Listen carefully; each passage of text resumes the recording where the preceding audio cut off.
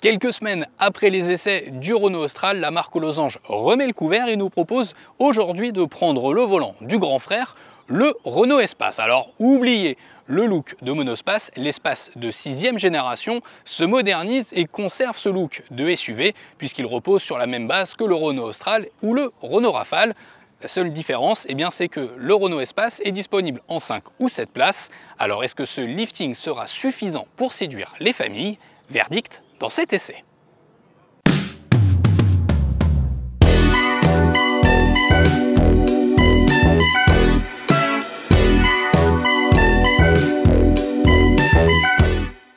Alors en ce moment chez Renault, il faut croire qu'au niveau des moteurs, on a tendance à simplifier la gamme et le choix proposé à l'automobiliste en cause, on a un seul moteur possible avec ce nouveau Renault Espace, à savoir le bloc full hybride de 200 chevaux.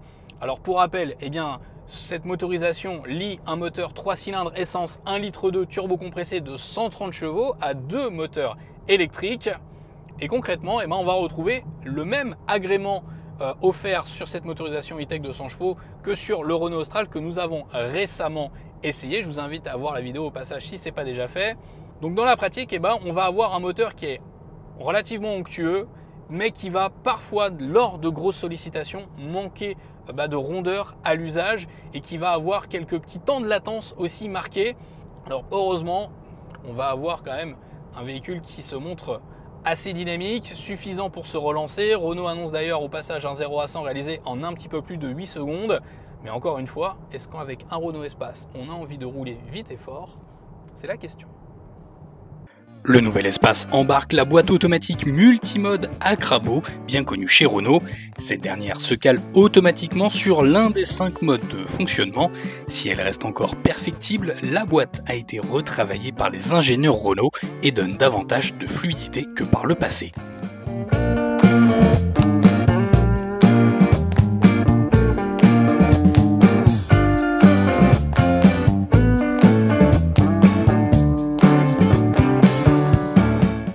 Alors quitte à pas offrir un maximum d'agrément moteur, c'est pour aller dans le sens d'une consommation maîtrisée et donc d'une très belle autonomie. Et à ce titre, Renault annonce que le nouvel Espace peut parcourir jusqu'à 1100 km avec un plein, le tout sans recharge, car cette version est dite auto-rechargeable. Alors ça, c'est sur le papier, puisque dans la pratique, notre labo d'AutoPlus avait mesuré le Renault Espace avant restylage, déjà équipé de ce moteur full hybride de 200 chevaux à une moyenne de 6,2 litres au 100 km, ce qui lui permet quand même de parcourir 887 km avant de ravitailler. Donc clairement, certains d'entre vous, peut-être dans les commentaires, diront que ça ne battra jamais, ça ne vaudra jamais un Renault Espace d'ancienne génération équipé d'un bon bloc diesel. Mais néanmoins, pour un véhicule hybride de surcroît aussi balèze, j'allais dire, que ce nouveau Renault Espace, l'autonomie est plus que satisfaisante et les temps changent. En effet, le nouveau SUV familial de Renault adopte une toute nouvelle face avant qui tranche avec l'ancienne génération. Pour coller au nouveau style du constructeur tricolore, l'Espace reprend quasiment trait pour trait la proue du Renault Rafale. Hélas, comme pour le nouvel Austral, on déplore que ces trois modèles soient trop proches esthétiquement parlant. Le nouvel Espace bénéficie de ces mêmes feux avant effilés, de la même grande calandre et de ses optiques diurnes en forme de demi-losange. De profil, nous avons le temps d'admirer son gabarit. L'Espace accroche 4,74 m en longueur, la largeur est plutôt contenue avec 1,83 m, tandis que la hauteur culmine à 1,65 m. Notons au passage qu'une nouvelle robe gris bleuté fait son apparition au catalogue de l'Espace. À l'arrière, le restylage se fait aussi sentir, le haillon a été modifié tandis que les feux arrière présentent un nouveau design plus compact et plus court que sur l'Espace actuel. Quant au volume de coffre, Renault annonce 692 litres pour la version 5 places, un volume qui tombe à seulement 212 litres en version 7 places lorsque la troisième rangée de sièges est en place, c'est peu. Enfin, grâce à la banquette arrière coulissante et inclinable en rang 2, il sera également possible d'ajuster au besoin le volume de chargement. À bord, on retrouve un habitacle bien connu chez Renault.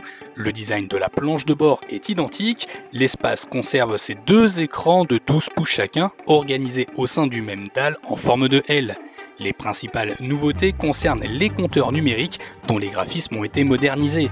Le système d'infodivertissement est assuré par Google, l'ensemble est fluide, intuitif et réactif, sans oublier les connectivités Android Auto et Apple CarPlay sans fil et même une connectivité Wi-Fi. À l'instar du nouvel Austral, la caméra sur le montant de porte est là pour assurer une reconnaissance faciale et charger automatiquement tous les paramètres de conduite de chaque utilisateur enregistré. D'ici 2026, cette caméra deviendra même une ADAS supplémentaire censée surveiller le niveau de vigilance du conducteur. L'autre grosse nouveauté à bord de ce nouvel espace réside dans le toit Solar Bay, une option facturée 1 500 €. Ce toit en verre opacifiant, inauguré sur le Scenic E-Tech, permet de réguler à sa guise la luminosité à bord sur 4 positions. Mais le Renault Espace, c'est avant tout un nom qui évoque la modularité et les aspects pratiques. Ce nouveau millésime repose sur la même plateforme que le Rafale. Ainsi, 2,78 m séparent les 3 rangées de sièges pour maximiser l'espace offert à chaque passager. Sur la version 7 places, la 3e rangée réside dans ces 2 assises escamotables individuellement situées dans le plancher du coffre.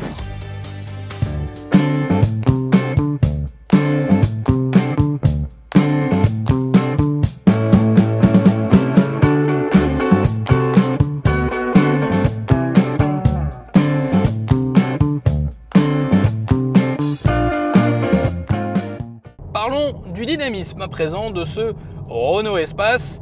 Il est vrai que là encore, le nom Renault Espace ne rime pas de prime abord avec un véhicule qui a un toucher de route irréprochable. Et pourtant, cette 6e génération du Renault Espace affiche de très bonnes capacités dynamiques. On apprécie pour ça le 4Control, c'est-à-dire les 4 roues directrices.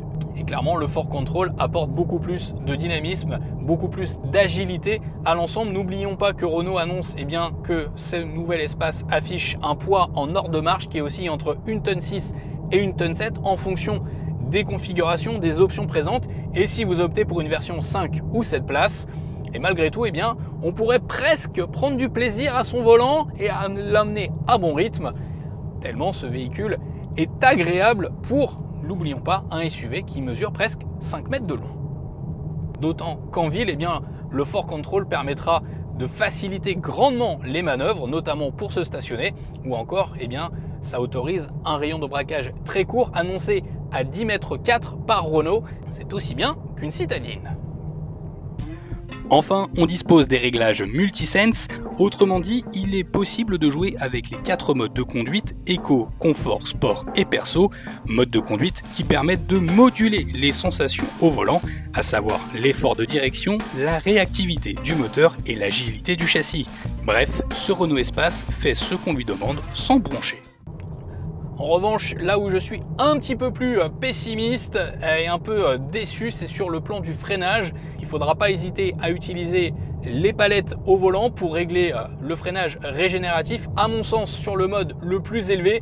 D'habitude, j'utilise rarement un freinage régénératif à fond, mais là, le feeling dans la pédale de frein, quand on n'a pas ou peu de freinage régénératif, n'est pas au beau fixe.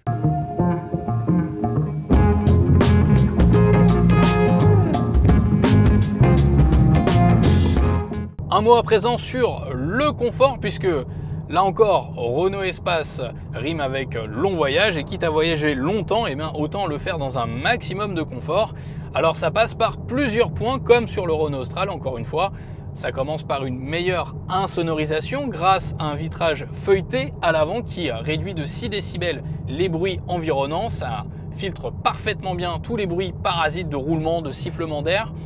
À côté de ça, on a aussi une assise qui a été retravaillée par Renault, et il est vrai qu'aujourd'hui, l'assise offre un meilleur maintien latéral et même un meilleur maintien aux épaules. Alors on est dans cette version iconique certes, mais sachez que l'assise, peu importe le niveau de finition que vous allez choisir, aura le même design, autrement dit donc le maintien latéral et le maintien aux épaules sera bel et bien présent. Et enfin, sur notre modèle iconique le plus haut de gamme, on profite en parallèle de sièges avant chauffants et même massants.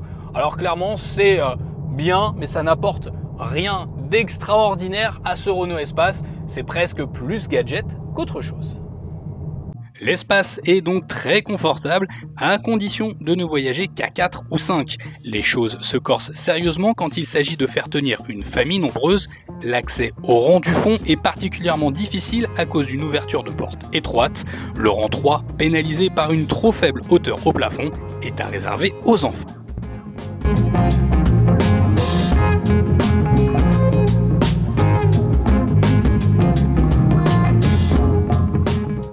Allez, terminons cet essai comme d'habitude avec les tarifs de ce nouveau Renault Espace. 3 niveaux de finition sont au programme, la finition techno d'entrée de gamme, Esprit Alpine et enfin le modèle le plus haut de gamme Iconic. En entrée de gamme, le prix d'appel est fixé à 45 000 € en configuration 5 places, 46 000 pour une version 7 places. Bien sûr, ça s'entend hors option. Et pour notre modèle d'essai en finition Iconic, il faudra débourser 50 300 € pour une version 5 places et 51 300 € pour une version 7 places. Comme son petit frère, le Renault Espace évite toute forme de malus CO2 grâce à son hybridation. Hélas, en fonction de la configuration et de la version choisie, l'Espace devra composer avec un malus au poids plus ou moins important sur la facture finale. Bon, il est l'heure de dresser un bilan de ce nouveau Renault Espace et c'est vrai qu'il est presque paradoxal dans le sens où il n'a plus rien à voir avec l'image que l'on avait des précédentes générations. Ce n'est plus un monospace, c'est désormais un SUV. Il est presque plaisant à conduire en mode sport où on aurait presque envie de l'envoyer à bon rythme dans les courbes.